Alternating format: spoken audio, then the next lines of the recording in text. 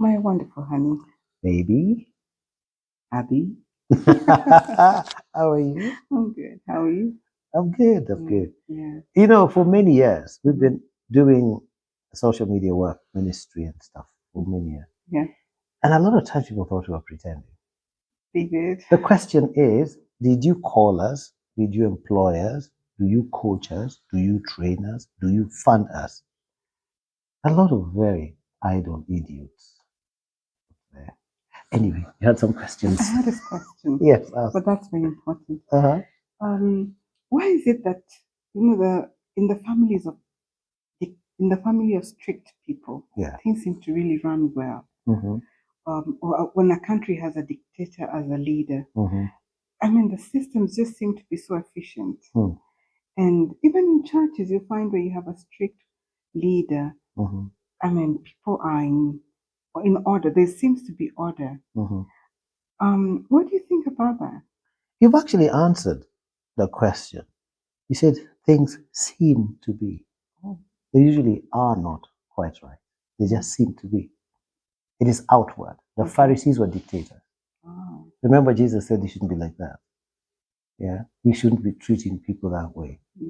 These people who call you benefactors and beneficiaries, they are dictators. Yeah, their systems appear to be successful because it's outward. It's not heartfelt. They are systems of fear. The system of God is the system of faith, and the system of faith is the system of love. Faith works with love.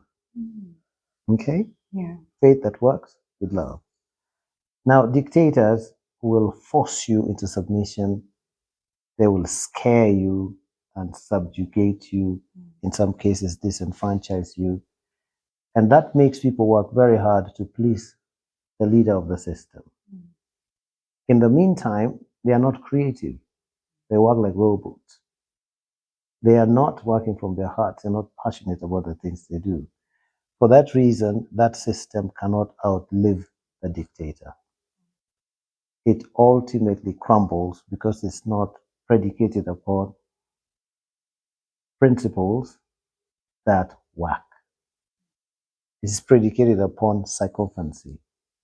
Let's do our best to please the leader, not let's do our best to build the society, to build the company, to take care of clients, to take care of buyers, to take care of workers. It is always focused on the leader. It's top heavy. Things that are top heavy yield to gravity over time. They crumble. They're not balanced. The structure is top heavy. You know, I think architects would bear us witness that if your roof is heavier than the foundation, the building crumbles. It might be beautiful, might look really nice. But as soon as that person leaves office, or as soon as they're replaced, the things that they built, even if they're beautiful, will crumble.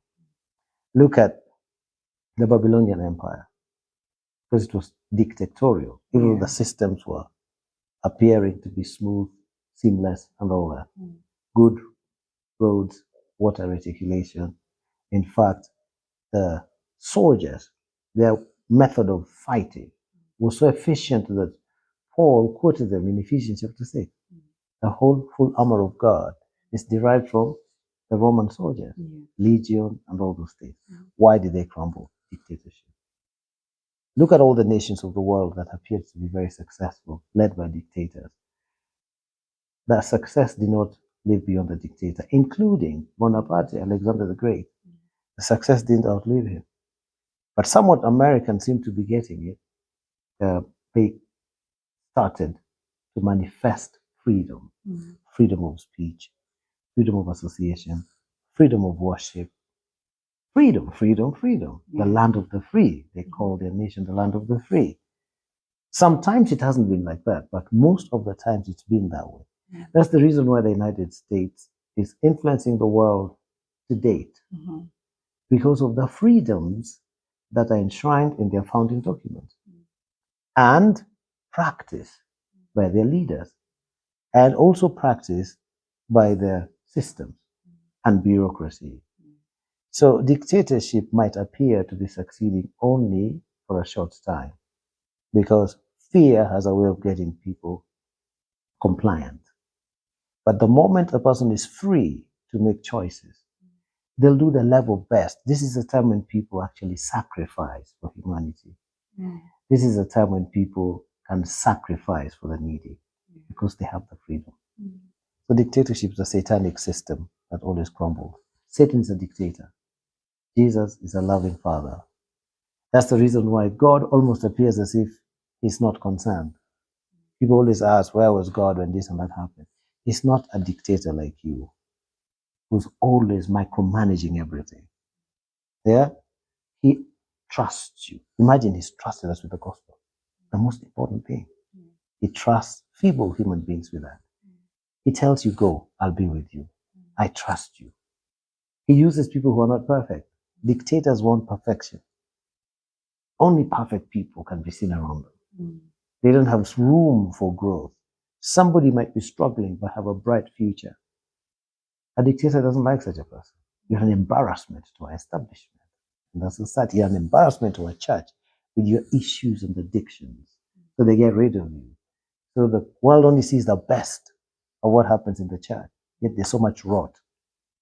Of course, rot is not a problem if it's taken to the place of the solutions. The church is a place of solutions. Yeah?